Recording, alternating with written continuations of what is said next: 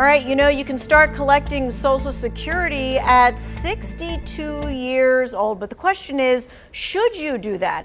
If you're still working at that age, is it worth it for you to wait until you're 70 or older? Well, today we're joined by Scott Braddock with Scott Braddock Financial to talk about when to take Social Security, what happens if your funds, if you start drawing it early or not. So, all right, so 62, we know that's when folks can start receiving it, but it comes with a downside if you decide to go with 62. I know you've got a graphic to kind of help explain that. Tell me what we're about to see. Yeah, that's right. So the earliest age that we can start Social Security is at 62. However, we're going to be reduced if we start prior to our full retirement age. That's also known as your FRA. So we're only entitled to 100% of our Social Security benefit if we wait until that full retirement age. As you can see on the chart, for those folks born in 1960 or after, your full retirement age is 67. Okay, and so let's put up that graphic again if we can, because we wanted to be able to see how that step went. And when you look at that, so everybody's now looking for their birthday, right? So after 1954, 66 is the full retirement. That means that you get your full money once you wait until your full retirement. So let me ask you this. How does working while collecting Social Security benefits impact your payments?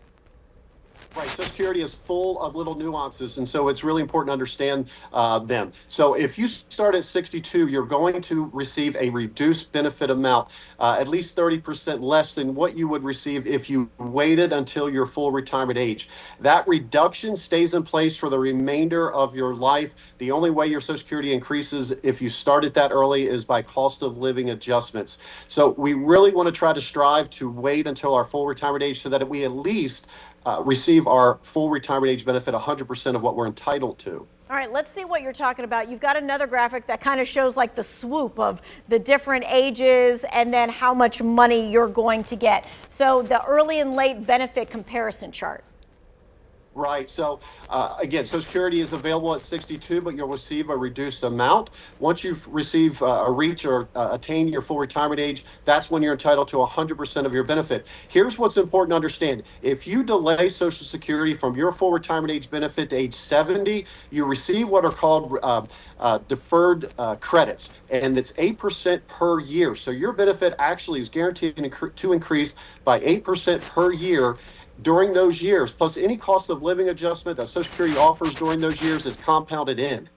Okay, so here's my question, because I have a friend who is around that 66 age, and she's saying, everybody's telling me that I need to take Social Security. She's like, shouldn't I be waiting until 70?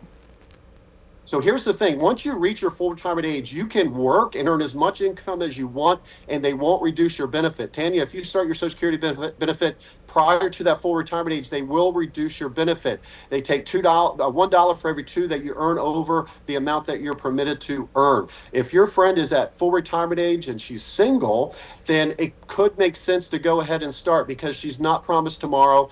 Her benefit will never become a survivor benefit. That's a key term to understand with Social Security. For married couples, it's different. We want to take a look at the higher wage earner waiting until age 70, maximizing their benefit, earning those delayed credits, and that benefit, because it's the larger one, could potentially become the survivor benefit and pass on to our spouse, and that's how we maximize Social Security. Okay, I see. So a lot of times people say, oh, you need to wait until 70 because that's a married couple and that's the person who was the biggest wage earner. That's when it's good to wait until 70. But if you're single, then you can do your retirement age and still get the biggest amount of money.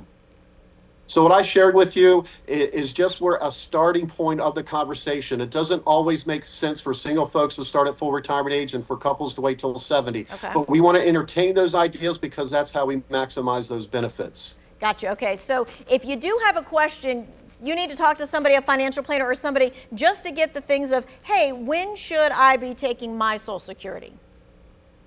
Absolutely. And if you go to my website, scottbraddockfinancial.com, you can sign up for a free consultation. We can take a deeper dive. And Tanya, it does sometimes make sense for folks to start at 62. Yes, they're going to receive a reduced benefit, but it was designed, Social Security that is, for the lower wage earner. Some folks need it. That's why it's there. That's why we pay into it. So it's not a one size fits all.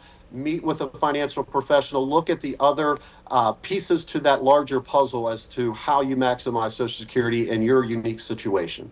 It's always good to ask your friends and your family and that kind of stuff, but it's always good to get an expert to weigh in on it as well. Thanks so much, Scott. We appreciate it. If you need to send this to someone so that they can hear about this, it'll be in the Who Wants to Know section of our website. We'll be right back.